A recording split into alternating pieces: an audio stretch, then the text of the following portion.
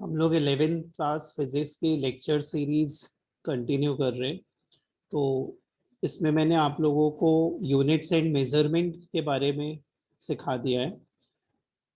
अब 11th class के physics को समझने के लिए हमें एक बहुत इम्पोर्टेंट मैथमेटिकल टूल्स की ज़रूरत पड़ती है, जिसको हम वेक्टर बोलते हैं। फिजिक्स के लिए वेक्टर का अच्छा नॉलेज होना चाहिए, जिससे आपको फिजिक्स सीखने में बहुत हेल्प मिलती है। एक तरह से आप इसको पिलर्स बोल सकते हैं फिजिक्स का, इस मैथमेटिकल टूल्स को। तो ये स्टार्ट कर रहे हैं हम लोग। वेक्टर वेक्टर के साथ हमको डील करना आना चाहिए, तभी हम फिजिक्स में आगे कर पाएंगे कुछ। तो जैसे हम लोग पहले भी जानते हैं कि फिजिकल क्वांटिटी किसको कहेंगे हम, वो क्वांटिटी जिसका मेजरमेंट हो सकता है, उस क्वांटिटी को फिजिकल क्वांटिटी बोलते हैं। A quantity which can be measured. तो ये पहले भी सीखा है हमने। और जो फिजिकल क्वांटिटीज होती हैं, इसको हम लोग तीन कैटेगरी में डिवाइड कर सकते हैं। तीन टाइप की फिजिकल क्वांटिटी में डिवाइड करेंगे हम। तो पहली जो फिजिकल क्वांटिटी है, इसको हम कहेंगे रेशियो। जो दूसरे टाइप की फिजिकल क्वांटिटी है, इसको हम कहेंगे स्केलर। और थर्ड टाइप की जो फिजिकल क्वांटिटीज हैं, इसको कहेंगे हम वेक्टर बोलेंगे। तो ये तीन क्लासिफिकेशन हो गए, एक रेशियो, सेकेंड स्केलर और वेक्टर। अब इसमें डिफरेंस क्या है, एक एक करके हम इसको देखते हैं। तो जो फर्स्ट है, दिस इज रेशियो।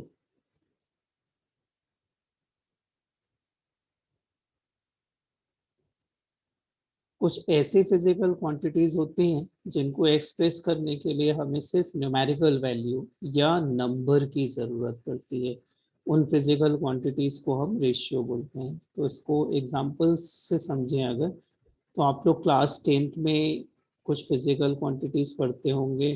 जैसे मैं एक एग्जांपल ले रहा हूँ, रिफ्रैक्टिव इंडेक्स।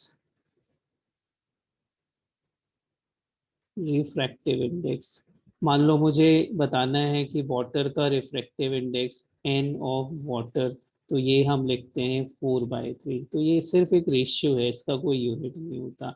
इसको रिफ्रैक्टिव इंडेक्स के नॉलेज के लिए हमें सिर्फ नंबर की जरूरत पड़ेगी, और नंबर की हेल्प से रिफ्रैक्टिव इंडेक्स को कंप्लीटली डिस्क्राइब कर पाते हैं। और एक और क्वांटिटी आप पढ़ते होंगे क्लास 10th में, जिसको हम लीनियर मैग्निफिकेशन बोलते हैं। लीनियर मैग्निफिकेशन होता है image height divided by object height. ये लेंस या मिरर के लिए डिफाइन करते हैं। तो जब आप इसमें वैल्यू रखेंगे, तब जो आंसर आएगा वो भी एक नंबर ही आएगा। इसको सॉल्व करने पे आपको एक नंबर मिलता है। तो इस टाइप की फिजिकल क्वांटिटी को हम रेशियो बोलते हैं, जिसको एक्सप्रेस करने के लिए सिर्फ नंबर की जरूरत होती है। Physical quantities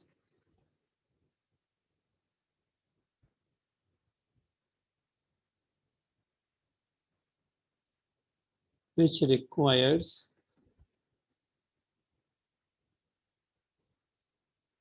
only numbers to express it। उन क्वांटिटीज को हम रेशियो बोलेंगे, और यहाँ पर हमने एग्जांपल दे दिया। अब सेकंड है स्केलर्स। मैं एक एग्जांपल ले रहा हूँ। मैंने लिया मास। तो किसी ऑब्जेक्ट का जैसे मास लिखना है अगर मुझे, तो मैं लिखूंगा 10 और एक नंबर लिखूंगा, और कोई यूनिट भी लिखनी पड़ेगी। केजी लिख दिया, तो 10 यहाँ पर एक नंबर है, और जो केजी है ये क्या है, यूनिट है। तो ऐसी फिजिकल क्वांटिटी जिसको एक्सप्रेस करने के लिए नंबर के साथ में यूनिट की भी जरूरत पड़ती है, और इन दोनों को हम कंबाइंड फॉर्म में, नंबर और यूनिट, इनको कहा जाता है फिजिकल क्वांटिटी का मैग्नीट्यूड। नंबर और यूनिट को मिला के आप मैग्नीट्यूड बोलते हैं। तो ऐसी क्वांटिटीज जिसको कंप्लीटली डिस्क्राइब करने के लिए नंबर और यूनिट की जरूरत पड़ती है या मैग्नीट्यूड की जरूरत पड़ती है, उसको हम स्केलर्स बोलते हैं। जैसे मास लिख दिया आपने, और इनको ऐड करना है। अगर आपको दो मासेस है, सपोज M1 है आपके पास कुछ 5 kg, और एक और मास है m2 is equal to 2 kg। तो आप 10th क्लास तक जो मैथ्स जानते हैं, अलजेब्रा जानते हैं, उसके रूल के अकॉर्डिंग आप इन क्वांटिटीज को ऐड कर सकते हैं। तो 5 kg प्लस 2 kg, इसको आप 7 kg लिख सकते हैं। सिंपल बेसिक अलजेब्रा के अकॉर्डिंग आप इन क्वांटिटीज को ऐड कर सकते हो। तो ऐसी क्वांटिटीज को आप स्केलर बोलोगे। तो स्केलर को हम डिफाइन कर सकते हैं, physical quantities which can be described by using number and unit। और दोनों को हम कंबाइंडली क्या बोल सकते हैं, मैग्नीट्यूड।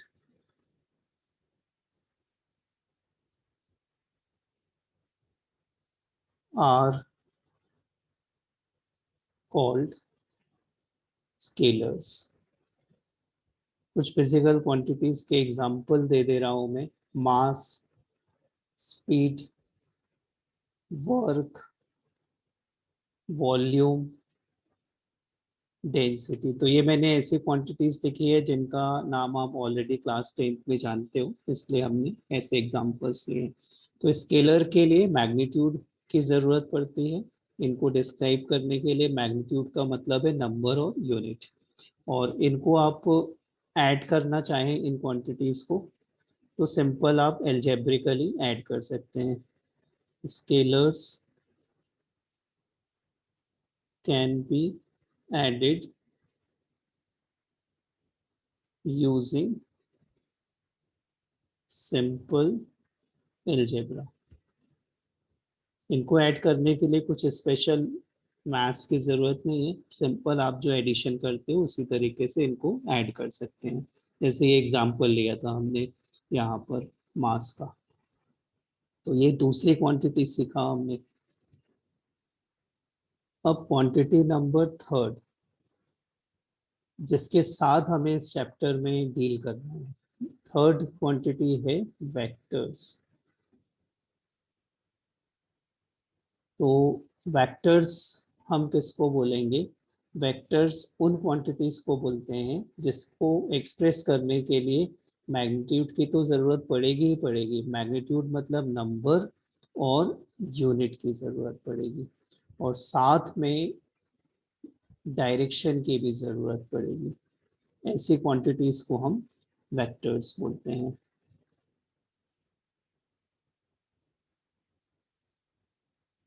और वेक्टर क्वांटिटी होने के लिए एक और कंडीशन होती है। अगर मुझे किसी दो वेक्टर क्वांटिटी को ऐड करना है तो कुछ इस स्पेशल मैथ्स आनी चाहिए। उसके लिए स्पेशल वेक्टर का एक अलजेब्रा सीखना पड़ता है, और उसमें सबसे ज़्यादा इम्पोर्टेंट है ट्रायंगल लॉ कहते हैं। ट्रायंगल लॉ वेक्टर्स के एडिशन के लिए होता है। तो ये फुलफिल करनी चाहिए क्वांटिटीज को, तब आप किसी क्वांटिटी को वेक्टर बोलते हैं। तो तीन कंडीशन लिखा है हमने यहाँ पर। मैग्नीट्यूड होना चाहिए फिजिकल क्वांटिटी के पास, डायरेक्शन होना चाहिए, और ट्रायंगल लॉ को फॉलो करना चाहिए। ट्रायंगल लॉ क्या है इस चैप्टर में हम आगे सीखेंगे, बस अभी हम डिफाइन करने के लिए इस टर्म को लिख लिए यहाँ पर। तो वेक्ट मैग्नीट्यूड होना चाहिए, डायरेक्शन होना चाहिए, ट्रायंगल लॉ के अकॉर्डिंग उस क्वांटिटी को ऐड कर पाए तो उसको वेक्टर बोलेंगे आप। तो ये डेफिनेशन होती है, quantity which has magnitude, which has direction and which obeys the triangle law for their addition is known as vector. तब उसको आप वेक्टर बोलेंगे। कुछ एग्जांपल्स लिख दें वेक्टर क्वांटिटी के। डिस्प्लेसमेंट वेक्टर होता है, एक्सेलरेशन ये भी वेक्टर क्वांटिटी है, फोर्स ये भी वेक्टर है, मोमेंटम ये भी वेक्टर क्वांटिटीज है। और भी हम बहुत सारी वेक्टर क्वांटिटीज क्लास 11th और क्लास 12th के सिलेबस में कवर करते हैं। मैंने लिखा वेलोसिटी। तो वेलोसिटी अगर वेक्टर है तो इसके पास में मैग्नीट्यूड होना चाहिए और डायरेक्शन होना चाहिए, दोनों होना चाहिए। तो वेलो अगर मैंने कहा कोई ऑब्जेक्ट मूव कर रहा है 5 मीटर पर सेकेंड से, तो एक्चुअल में ये तो मैग्नीट्यूड हुआ। और अगर मैंने बोला कि वो मूव कर रहा है नॉर्थ की तरफ, तब इस पूरे डिस्क्रिप्शन को हम वेक्टर बोलते हैं। 5 मीटर टूवर्ड्स नॉर्थ, ऐसा लिखूं मैं, 5 मीटर पर सेकेंड टूवर्ड्स नॉर्थ। तो ये जो कंप्लीट डिस्क्रिप्शन है, दिस इज वेक्टर। तो ये वेलोसिटी को एक्सप्रेस कर रहा है। तो वेलोसिटी वेक्टर क्यों है, इसको एक्सप्रेस करना है, इसको डिस्क्राइब करने के लिए सिर्फ मैग्नीट्यूड से काम नहीं चलता, डायरेक्शन भी बतानी पड़ेगी हमको। तो ऐसी क्वांटिटीज को हम वेक्टर बोलेंगे। और सिर्फ दो से ही नहीं फुलफिल होती है वेक्टर की डेफिनेशन, एक और चीज है कि उसको ट्रायंगल लॉ को फॉलो करना चाहिए। ये सीखेंगे हम आगे, ट्रायंगल लॉ। कोई क्वांटिटी में मैग्नीट्यूड है, डायरेक्शन है, लेकिन वो ट्रायंगल लॉ को फॉलो नहीं करती, तो ऐसी क्वांटिटी को हम फिर वेक्टर नहीं बोल सकते हैं। जैसे एक एग्जांपल होता है इलेक्ट्रिक करंट। इलेक्ट्रिक करंट, तो इलेक्ट्रिक करंट जो है, इसके पास में मैग्नीट्यूड होगा। जैसे एक वायर ले लें आप, तो इस वायर में कुछ 2 एम्पियर का करंट फ्लो हो रहा है, तो डायरेक्शन भी होगी उसमें, वैल्यू मैग्नीट्यूड भी है, डायरेक्शन भी है। लेकिन ये ट्रायंगल लॉ को फॉलो नहीं करता। मतलब दो करंट को ऐड करना है, तो वो ट्रायंगल लॉ के अकॉर्डिंगली नहीं ऐड होते, सीधे स्केलर जैसे ऐड हो जाते। तो इसलिए इलेक्ट्रिक करंट को स्केलर की कैटेगरी में रखते हैं, वेक्टर नहीं बोल पाते, मैग्नीट्यूड और डायरेक्शन होने के बावजूद भी। तो वेक्टर की ये डेफिनेशन है, जिसके पास मैग्नीट्यूड होगा, डायरेक्शन होगी, और जिसके एडिशन के लिए ट्रायंगल लॉ फॉलो होगा, उस क्वांटिटी को हम वेक्टर क्वांटिटी बोलते हैं। तो इसी क्वांटिटी को हमें ऐड करना, सब्ट्रैक्ट करना, मल्टीप्लिकेशन करना सीखना है। हम स्केलर के साथ तो डील करना जानते हैं, दो स्केलर को प्लस करना, माइनस करना, डिवाइड करना, मल्टीप्लाई करना, ये सब जानते हैं। लेकिन अब ये जो मैथमेटिकल ऑपरेशन है, एडिशन, सब्ट्रैक्शन, मल्टीप्लिकेशन, ये वेक्टर के ऊपर कैसे अप्लाई होंगे, तो इसी की स्टडी हम लोग इस चैप्टर में करने वाले हैं। तो थोड़ा वेक्टर के लिए और कुछ बेसिक इंफॉर्मेशन की ज़रूरत पड़ती है, जिसको अपन सीखेंगे एक एक करके। तो सबसे पहले अपन सीखें कि कोई अगर मेरे पास क्वांटिटी वेक्टर है, तो उसको हम लिखें कैसे, लिख के कैसे डिफरेंशिएट करें कि ये वेक्टर है और ये स्केलर है। तो पहला पॉइंट हम सीख रहे हैं, notation of a vector quantity. Notation of a vector quantity. देखो, मैंने एक क्वांटिटी लिया है मास, और एक क्वांटिटी ले लिया मैंने वेलोसिटी। तो मास को मैंने लिख दिया m, और वेलोसिटी को लिख दिया v। तो सिर्फ देख के हमें नहीं पता लगता कि कौन सा स्केलर है, कौन सा वेक्टर है। हमें नॉलेज होना चाहिए कि कौन सी क्वांटिटी वेक्टर है, कौन सी स्केलर है। जैसे यहाँ पे हमें पता है मास स्केलर है और वेलोसिटी वेक्टर है। मास कैसी क्वांटिटी है, स्केलर, और वेलोसिटी कैसी क्वांटिटी है, यहाँ पर वेक्टर क्वांटिटी है। तो हम नोटेशन सीख रहे हैं कि लिखा हुआ है अगर, तो कैसे देख के आइडेंटिफाई होगा कि ये स्केलर है और एक वेक्टर है। तो वेक्टर को अलग से पहचान सकें, इसलिए जो वेक्टर क्वांटिटी होती है उसके ऊपर एक एरो बना दिया जाता है छोटा सा, तो दिखने लग जाता है हमको। अगर मेरे पास एम और ऐसा लिखा हो वी, तो मुझे देख के पता लग रहा है कि ये वी के ऊपर एरो है, मतलब ये वेक्टर है। तो ये नोटेशन होता है, कोई भी फिजिकल क्वांटिटी जो वेक्टर है उसके ऊपर एरो बना के उसको डिनोट करते हैं। जैसे एक और क्वांटिटी ले लूँ मैं, फोर्स। तो फोर्स अगर एफ लिख देंगे तो नहीं समझ आ रहा है कि ये स्केलर है कि वेक्टर है, लेकिन अगर किसी के ऊपर एरो बना है तो 100% हम बोल देंगे कि वो वेक्टर क्वांटिटी है। तो कैसे रिप्रेजेंट करेंगे, डिनोट करेंगे वेक्टर को, एरो लगा के डिनोट करते हैं किसी क्वांटिटी को, वेक्टर क्वांटिटी को। और एक और चीज हम यहाँ पर सीखें, magnitude of a vector. Vector का मैग्नीट्यूड कैसे लिखते हैं, तो मैग्नीट्यूड मतलब उसकी वैल्यू कितनी है। जैसे ये फोर्स वेक्टर है, मान लो ये कोई एक बॉडी है और इसके ऊपर फोर्स लग रहा है इस डायरेक्शन में, और इस फोर्स की वैल्यू है 5 न्यूटन। तो फोर्स वेक्टर है, इसको एरो लगा के शो किया, और मैग्नीट्यूड निकालने के लिए हम ऐसी दो पैरेलल लाइन बना देंगे वेक्टर एफ के दोनों तरफ। इसका मतलब होता है मैग्नीट्यूड ऑफ फोर्स वेक्टर, और ये कितना होगा, तो इसको अपन लिख देंगे 10 और न्यूटन, ये मैग्नीट्यूड हो गया। जबकि सिर्फ यहाँ 10 न्यूटन बस लिखेंगे, डायरेक्शन नहीं लिखेंगे। मैग्नीट्यूड में डायरेक्शन नहीं आएगी, मैग्नीट्यूड में क्या आएगा, नंबर और प्लस यूनिट आती है, डायरेक्शन नहीं लिखेंगे। तो कोई भी जैसे वेक्टर ए है, मुझे इसका मैग्नीट्यूड चाहिए, तो इस मैग्नीट्यूड मतलब इसकी वैल्यू से मतलब है मुझे, तो मॉडुलस लगा देंगे, इस साइन को मॉडुलस बोलते हैं, और इक्वल टू ए लिख देंगे, एरो हटा देंगे, डायरेक्शन के लिए जो यूज कर रहे थे वो एरो हटा देंगे, ए वेक्टर ए का मैग्नीट्यूड है। तो दो चीजें हमने सीखा, किसी वेक्टर को डिनोट कैसे करते हैं और उसका मैग्नीट्यूड कैसे लिखते हैं। तो कोई वेक्टर ए है अगर मेरे पास, तो ए के ऊपर एरो बना देंगे, मैग्नीट्यूड चाहिए तो ऐसे मॉडुलस साइन बनाएंगे, और इक्वल टू क्या लिख देंगे हम, ए लिख देंगे। ये लिखने का तरीका हुआ।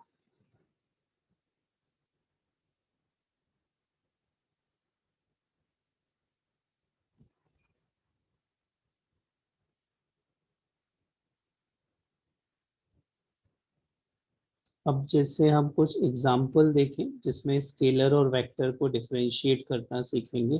आपने 9 क्लास में 10 क्लास में कुछ न्यूटन्स सेकेंड लॉ यूज किया होगा, पढ़ा होगा इसको। तो न्यूटन सेकेंड लॉ लिखा मैंने, F is equal to M E. तो बस इतना लिखा होने से तो नहीं पता लग रहा है मुझे कि इसमें कौन सी स्केलर क्वांटिटी है, कौन सी वेक्टर है।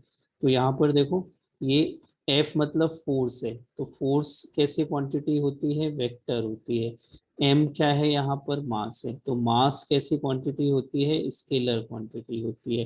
ए क्या चीज है, यहाँ पर ए एक्सेलरेशन है, ये ए कैसी क्वांटिटी है, एक्सेलरेशन है, तो एक्सेलरेशन कैसी क्वांटिटी होती है, वेक्टर होती है। तो हम अगर इसको प्रॉपर नोटेशन में लिखें, इस लॉ को प्रॉपर वेक्टर फॉर्म में एक्सप्रेस करें अगर, तो इस लॉ का अगर मैं लिखूं प्रॉपर वेक्टर फॉर्म, जो वेक्टर है उसके ऊपर एरो बना के लिख देते हैं, तो उसी इक्वेशन को हम वेक्टर इक्वेशन, वेक्टर फॉर्म बोल देते हैं। तो इस लॉ का वेक्टर फॉर्म देखो कैसे हो जाएगा, F is equal to M A. तो इसमें तो पता ही नहीं लगता कि कौन सा स्केलर है कौन सा, जो वेक्टर है उसके ऊपर एरो बना दे अगर, तो प्रॉपर पता लगने लगता है। एफ के ऊपर एरो बना देंगे, ए के ऊपर बना देंगे, तो ये न्यूटन सेकेंड लॉ का वेक्टर फॉर्म हो गया, vector F is equal to M vector A. ऐसे रीड करेंगे इसको। एक और देख लें example. First equation of motion, v is equal to u plus A T. यहाँ v वेलोसिटी, u भी वेलोसिटी, a एक्सेलरेशन और t टाइम है। तो ये तो सिंपल इक्वेशन हो गई, मुझे इसमें देख के तो नहीं पता लगेगा कि कौन सा वेक्टर है और कौन सा स्केलर है। लेकिन इसी इक्वेशन को अगर मैं प्रॉपर वेक्टर फॉर्म में एक्सप्रेस करूं, इसी इक्वेशन को मैं प्रॉपर वेक्टर फॉर्म में लिखूं अगर, तो v वेक्टर है तो एरो बना दे, u भी वेक्टर है तो एरो बना दे, इसके ऊपर a भी वेक्टर है तो एरो बना दे, और ये t लिख दे, टाइम स्केलर है। तो ये वेक्टर फॉर्म में इसी इक्वेशन को लिख दिया। तो 11 क्लास में हमें वेक्टर फॉर्म भी आना चाहिए इक्वेशन का। तो अभी तक हमने देखो क्या डिस्कस किया, अभी तक हमने सीखा कि जो फिजिकल क्वांटिटी होती है वो क्या है, जिसको मेजर कर सकते हैं, जो मेजरेबल प्रॉपर्टीज होती हैं, उन मेजरेबल प्रॉपर्टीज को हम फिजिकल क्वांटिटीज बोलते हैं। ये 3 टाइप की हो सकती है, रेशियो, स्केलर और वेक्टर। रेशियो की खासियत क्या है, रेशियो में सिर्फ नंबर होता है, स्केलर को एक्सप्रेस करने के लिए नंबर के साथ में यूनिट चाहिए, जिसको हम क्या बोलते हैं, मैग्नीट्यूड बोलते हैं।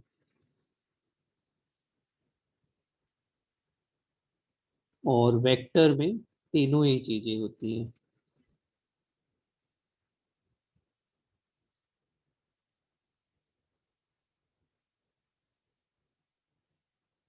वेक्टर के लिए 3 कंडीशन हो जाती है।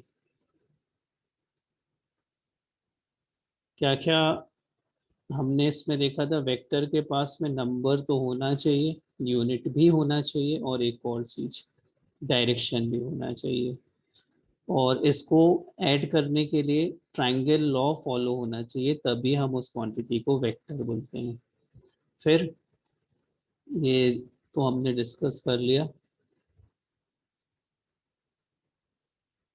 एक एग्जांपल दिया था मैंने आपको इलेक्ट्रिक करंट का, जिसके पास मैग्नीट्यूड होता है लेकिन डायरेक्शन भी होती है, फिर भी ये वेक्टर नहीं होती स्केलर। तो इसका रीजन ये होता है, ये ट्रायंगल लॉ को फॉलो नहीं करती। इसको ऐड करने के लिए सिंपल अलजेब्रा यूज करते हैं, ना कि ट्रायंगल लॉ ऑफ एडिशन। इसलिए करंट को हम स्केलर बोलते हैं।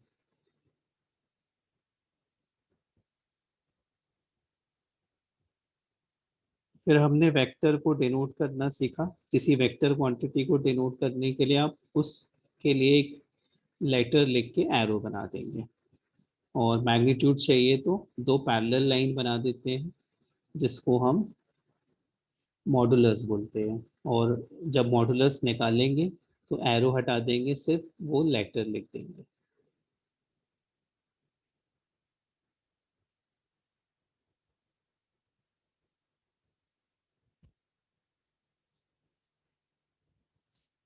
अब अपन ने वेक्टर को डिनोट करना सीख लिया, वेक्टर का मैग्नीट्यूड लिखना सीख लिया।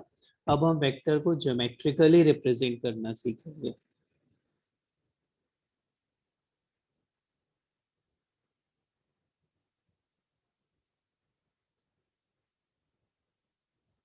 Geometrical representation of a vector.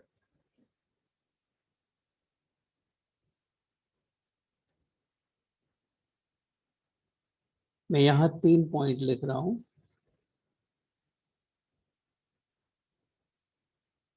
A vector is represented by an arrow। Vector को एक एरो से रिप्रेजेंट करेंगे। इसको हम डायरेक्टेड लाइन सेगमेंट भी बोल सकते हैं, एरो को directed line segment. Line segment मतलब पार्ट ऑफ लाइन जिसकी लेंथ फिक्स होगी। तो ये वेक्टर का ज्योमेट्रिकल रिप्रेजेंटेशन हुआ। अब देखो, इस लाइन सेगमेंट में एक फिक्स लेंथ होगी और एक डायरेक्शन होगी, और वो पता किससे लगती है? एरो हेड से। तो इस एरो की जो लेंथ होती है वो हमको वेक्टर का मैग्नीट्यूड बताएगी, और इसका जो एरो हेड होगा वो हमें वेक्टर का डायरेक्शन बताएगा। वो वेक्टर का डायरेक्शन बताएगा। तो ये 3 पॉइंट की हेल्प से हम वेक्टर को ज्योमेट्रिकली रिप्रेजेंट करते हैं। एक एग्जांपल देख ले। मान लो मेरे पास फोर्स है, ऐसा दिया हुआ है, 5 न्यूटन का फोर्स है, और ये लग रहा है टूवर्ड्स नॉर्थ, नॉर्थ की डायरेक्शन पे लग रहा है। तो हम क्या करेंगे, हम खुद का एक स्केल एज्यूम कर ले, ऐसे कि 1 सेंटीमीटर लेंथ, लाइन की जो लेंथ होगी वो रिप्रेजेंट करेगी 1 न्यूटन को। तो 5 न्यूटन को एक्सप्रेस करने के लिए कितनी लेंथ लगेगी आपको? 5 सेंटीमीटर लेंथ वाली लाइन लगेगी, तो वो 5 न्यूटन हो जाएगा। अब करें क्या, हम एक लाइन ड्रॉ कर दें, उसकी डायरेक्शन रखेंगे नॉर्थ की तरफ। तो देखो, जैसे ये है डायरेक्शन लेने का तरीका, ईस्ट, वेस्ट, नॉर्थ, साउथ। तो हमें फोर्स वेक्टर को रिप्रेजेंट करना है, तो हम क्या करेंगे, एक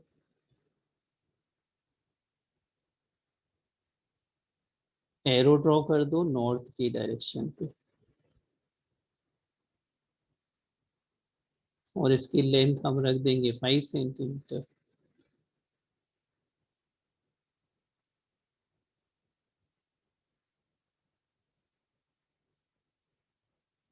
इसी को आप बोलेंगे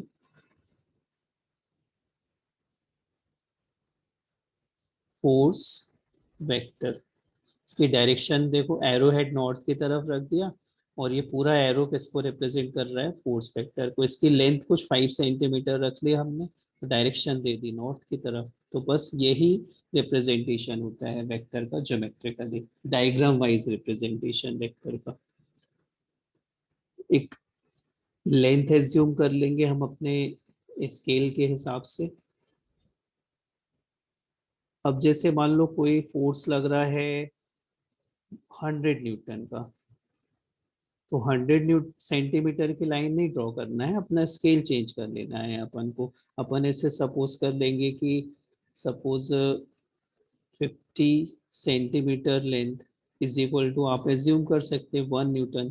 तो 100 centimetre, 50 centimetre length is equal to, या ऐसा ले लें इसको,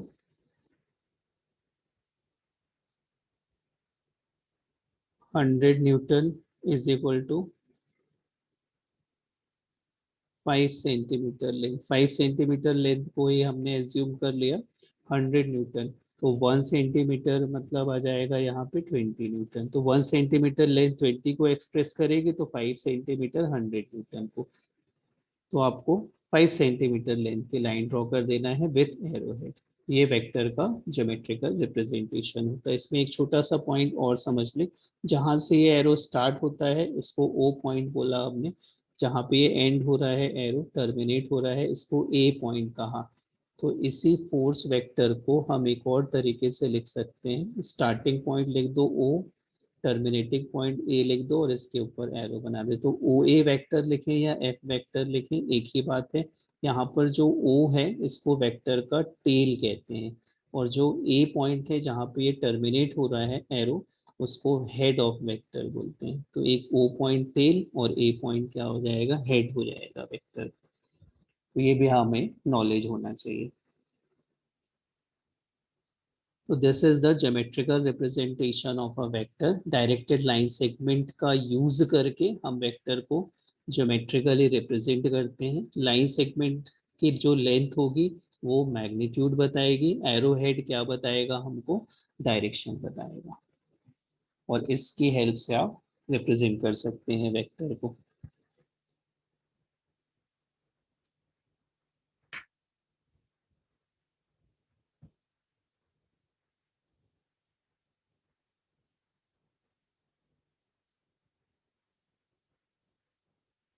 नेक्स्ट हम सीखेंगे एंगल बिटवीन टू वेक्टर्स। दो वेक्टर के बीच में एंगल देखना सीखेंगे। तो मान लो मेरे पास एक वेक्टर है ए, इसमें कुछ लेंथ होगी कुछ डायरेक्शन होगी। एक और एरो बना दो, ये एक और एरो बना दिया, इस वेक्टर को बी बोल दिया। हमें ए और बी के बीच का एंगल चाहिए। तो ए और बी के बीच का अगर एंगल चाहिए हमको, तो इसके लिए हमें दो कॉन्सेप्ट का यूज करना है। जब आप एंगल बताएं, तो एंगल बताने से पहले या तो दोनों वेक्टर के टेल को कॉमन कर लो, या दोनों के हेड को कॉमन कर लो। मतलब एक वेक्टर की tail, tail of first should be connected with tail of second, या फिर हेड को कनेक्ट कर लो। और सेकेंड नंबर, आपको स्मॉलर एंगल चूज करना है, स्मॉलर एंगल चूज करना है। और थर्ड पॉइंट, जो भी आपका एंगल होगा वो हमेशा 0 डिग्री हो सकता है, 180 डिग्री हो सकता है, या इनके बीच का कोई एंगल होगा। 180 से बड़ा एंगल नहीं लेना है हमको। तो जो ये पॉइंट लिखा मैंने, इसको अपन यहाँ यूज करेंगे। तो देखो, ये ए वेक्टर का टेल है और ये बी वेक्टर का टेल है। हम इसको रीअरेंज कर सकते हैं वेक्टर को। आप किसी वेक्टर को पैरेलल शिफ्ट कर सकते हो, उसको स्पेस में कहीं भी ले जा सकते हैं, लेकिन उसका डायरेक्शन नहीं बदलेंगे। डायरेक्शन बदलने का मतलब वेक्टर ही बदल जाता है। तो वेक्टर ए को आप शिफ्ट करके बी के पास ले जाओ, या बी को शिफ्ट करके ए के पास ले जाओ, विदाउट टर्निंग, विदाउट रोटेशन। तो हमने क्या किया, देखो सपोज मेरा ये ए वेक्टर ही बना हुआ है, बी वेक्टर की टेल को स्लाइड करके आप ए की टेल के ऊपर ला के रख दें, तो कुछ ऐसा बन जाएगा। ये बी वेक्टर हो गया। अब यहाँ पे देखो ये भी एक एंगल है, इसको अल्फा बोल दिया, ये वाला भी एक एंगल है, इसको बीटा बोल दिया। तो हमेशा आपको बताना होता है स्मॉलर एंगल। तो स्मॉलर एंगल कौन सा है? अल्फा। तो जो एंगल है, एंगल बिटवीन वेक्टर्स, तो वो क्या हो जाएगा? अल्फा हो जाएगा। तो देखो यहाँ पे दोनों की टेल कनेक्ट हो गई, तो टेल से टेल कनेक्ट हो गई और स्मॉलर एंगल बताया। और ये एंगल देखो डायग्राम में देख के ही पता लग रहा है कि लेस देन 90 डिग्री है, मतलब 0 और 180 के बीच में है ये। तो ये तरीका होता है दो वेक्टर के बीच का एंगल बताना। अब जैसे देखो मान लो ये कोई वेक्टर ए है और ये कोई वेक्टर बी दिया है, और मुझे दिया हुआ है ये वाला एंगल, और ये एंगल है 270। और पूछ रहे हैं कि ए और बी के बीच का एंगल कितना है। तो हमारा आंसर ये नहीं होगा 270, हमें तो स्मॉलर एंगल बताना होता है दोनों वेक्टर के बीच का। तो हमारे पास ये कॉन्सेप्ट है कि टेल से टेल कनेक्ट करो तो वो तो कनेक्टेड है, इसमें कोई प्रॉब्लम नहीं, लेकिन एंगल आपको स्मॉलर वाला बताना। तो ये वाला एंगल कितना हो जाएगा? 360 degree minus 270 degree equal to 90 degree हो जाएगा। ये हमारा आंसर होगा। तो angle between vector A and vector B is 90 degree.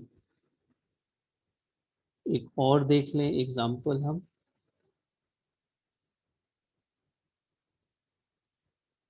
मान लो हमें एक वेक्टर दिया हुआ है, ए वेक्टर, और एक वेक्टर और दिया हुआ है,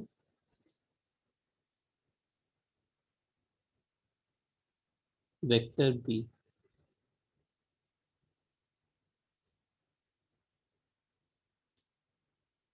और ये एंगल दिया है, दिस एंगल इज 120 डिग्री। और मेरा क्वेश्चन है कि what is the angle between these two vector. तो देख के नहीं बोल देना है कि ये 120 डिग्री हो गया, तो ये गलत हो जाएगा।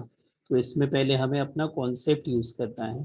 दोनों वेक्टर की टेल या दोनों वेक्टर के हेड कॉमन करने हैं। तो यहाँ पे देखो ये ए वेक्टर का हेड है लेकिन बी वेक्टर का टेल है यहाँ पे, तो ये एंगल नहीं होगा आंसर। हमें क्या करना होगा, ये अगर मेरा ए वेक्टर है तो बी वेक्टर की टेल को ला के बी वेक्टर की टेल को कनेक्ट करना होगा आपको ए वेक्टर की टेल के साथ। तो ये एंगल हमें पता था पहले से, ये 120 डिग्री। तो जो रिमेनिंग एंगल है ये कितना हो जाएगा? 60 डिग्री। तो angle between vector A and vector B यहाँ पर आपको मिलेगा 60 डिग्री। अगर मान लो मुझे ऐसा दिया हुआ है, ये एक वेक्टर ए है और ये एक और वेक्टर बी दिया हुआ है। अब इनके बीच का एंगल पूछ रहे हैं, तो दोनों के डायरेक्शन सेम है, दोनों के एरो हेड एक ही तरफ इंडिकेट हो रहे हैं, तो हम बोलेंगे यहाँ पर एंगल हो गया दोनों वेक्टर के बीच में 0 डिग्री। तो 0 डिग्री का भी एंगल हो सकता है दोनों वेक्टर्स के बीच में। और ये भी बोल सकते हो आप यहाँ पे vector A is parallel to vector B, दोनों वेक्टर पैरेलल वेक्टर हो गए। अब मान लो ये वेक्टर ए दिया हुआ है और इस ये वाला वेक्टर बी दिया हुआ है, दोनों के एरो हेड ऑपोजिट डायरेक्शन पर है। तो ऐसी सिचुएशन पे हम बोलेंगे angle between the vector is 180 degree. और ऐसे दोनों वेक्टर को हम एंटी पैरेलल बोलेंगे, A and B are anti parallel vectors. A और बी को हम एंटी पैरेलल वेक्टर बोलेंगे। तो ये आज अपन ने वेक्टर्स का कुछ बेसिक नॉलेज लिया। स्पेशली यहाँ पे तीन चीजें समझे आप वेक्टर के लिए। पहला तो वेक्टर क्लियर होना चाहिए कि कंप्लीट डेफिनेशन क्या है वेक्टर की। कंप्लीट डेफिनेशन का मतलब वेक्टर हम उस क्वांटिटी को कहेंगे जिसके पास मैग्नीट्यूड होगा, मैग्नीट्यूड मतलब नंबर और यूनिट होगी, और क्या होगा? डायरेक्शन होगा। और क्या होगा? ये triangle law of vector addition को फॉलो करेगी। ट्रायंगल लॉ सीखेंगे हम लोग आगे, तब जाके उसको अपन वेक्टर बोलते हैं। तो ये अपन ने सीखा वेक्टर के लिए।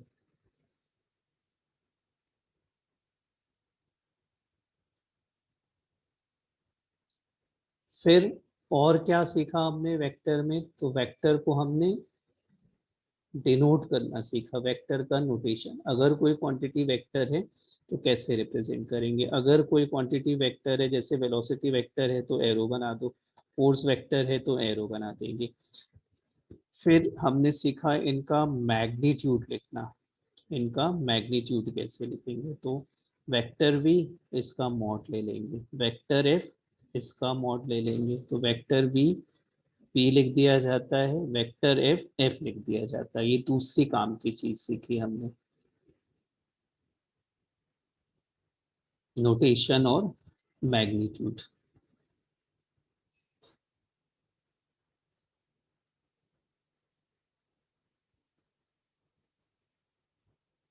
फिर हमने इसका ज्योमेट्रिकल रिप्रेजेंटेशन सीखा वेक्टर का।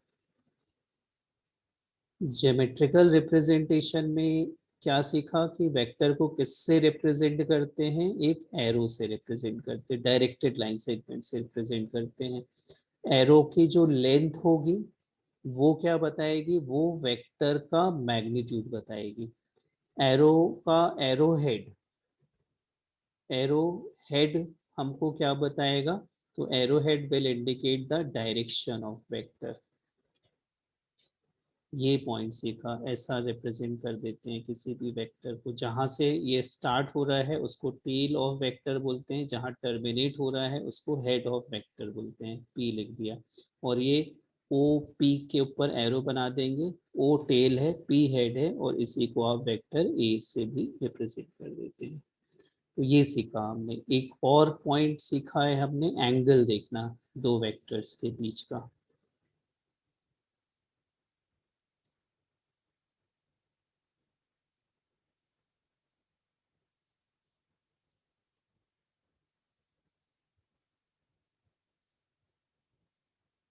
एंगल बिटवीन वेक्टर्स, एंगल देखना सीखा है हमने दो वेक्टर्स के बीच में। तो एंगल कैसे देखते हैं वेक्टर्स के बीच में, एंगल देखने के लिए हमें क्या करना है, टेल से टेल कनेक्ट करना है, दोनों वेक्टर की टेल को कॉमन कर लेना है और स्मॉलर एंगल बताना है। और जो भी एंगल बताएंगे वो एंगल 0 हो सकता है, 180 हो सकता है, या इनके बीच की कोई वैल्यू हो सकता है।